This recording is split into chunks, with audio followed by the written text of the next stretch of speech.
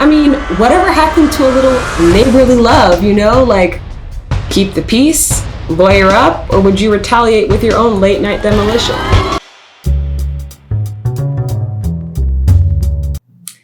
Imagine spending your retirement traveling the world, only to come home and find that your neighbors have destroyed your garden, ripped out your fence, and are literally trying to claim part of your land as their own.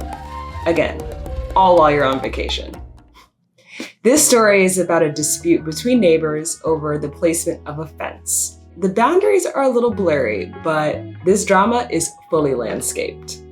This story comes to us from a quiet town in Surrey, England, and it's the kind of boundary dispute that can happen to anyone. And it's a little messier than you think. So let's meet Rosa and Murray Bell. They're a sweet old retired couple from Surrey, UK.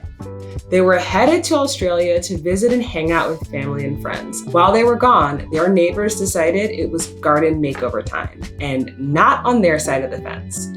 According to reports, the Myers allegedly hired a contractor to tear down their shared fence, break up the concrete patio, chop down mature trees and shrubs, and basically obliterate any landscaping that was done. They even removed the little garden shed that the Bells had on the property. But the craziest part was that the Bells had cameras on their property. So while they're enjoying an Australian vacation, thousands of miles away from home, they are literally watching in real time as their neighbors go on a full demolition mode in the dead of night. I mean, whatever happened to a little neighborly love, like at least come knock my door to borrow some sugar before we talk property lines and politics. Apparently this had been going on for quite some time between these neighbors. The Myers would take down a fence to take a few feedback from the Bells would put it back up where it was, and on and on and on. So you can imagine what anyone would do in this situation. Of course, the Bells went to court. They had their camera footage and other legal documents, but the court ruled that the original records were just too vague. Turns out, their property deed and survey dated back to the 1930s. This was back when maps were hand-drawn and land descriptions were things like from the old oak tree to the crooked rock. Because of this, the court ruled that the Bells couldn't prove the land was theirs, even if it had looked that way and even if they had been maintaining the land for years. The case was tossed. The Myers didn't win ownership, but the Bells couldn't prove that they had ownership either. So now, if they want to keep fighting, both sides are looking at more legal costs, more surveys, and a neighbor feud straight out of a soap opera. And here's why you should care. This kind of mess could happen to anyone. So let's talk surveys. And I'm not talking about the which type of cheese are you BuzzFeed survey, but I think I'd be Gargonzola, or maybe like a spicy pepper jack. Anyway, I'm talking property boundary surveys. If you own a home or plan to buy one, you'll likely come across two main types of property surveys: location surveys or boundary surveys. A location survey shows the basic position of your home and improvements, things like a driveway or a shed, in relation to the property lines.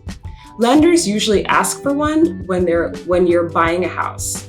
Think of it like a bird's eye view sketch. Here's your house, here's the fence, and here's how it all sits on the land. It's not laser precise, but it'll confirm your place isn't crossing over a boundary or sitting on an easement. They're pretty quick to do and usually run a few $100s. Say like $200, $300, $400, depending on where you live. A boundary survey, though, that's the gold standard, especially if you're about to build a fence, or you've got a curious neighbor with questions, or you're planning anything near your property line. This one actually marks your exact legal boundaries using permanent reference points like iron pins.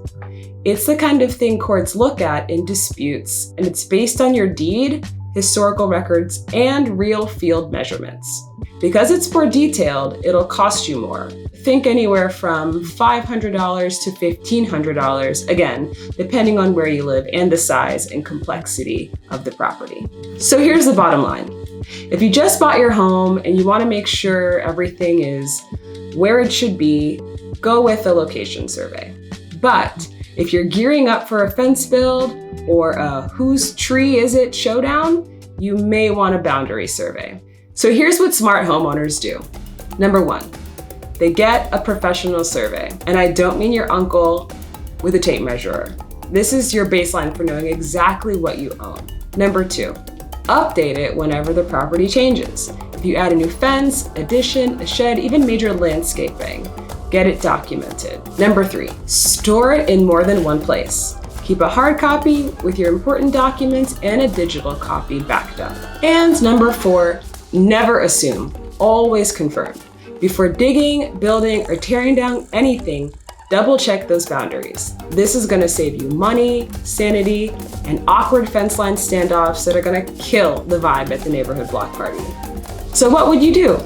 Keep the peace, lawyer up, or would you retaliate with your own late night demolition? Have you ever dealt with a neighbor situation this messy? Let me know in the comments below, and I'll see you in the next one.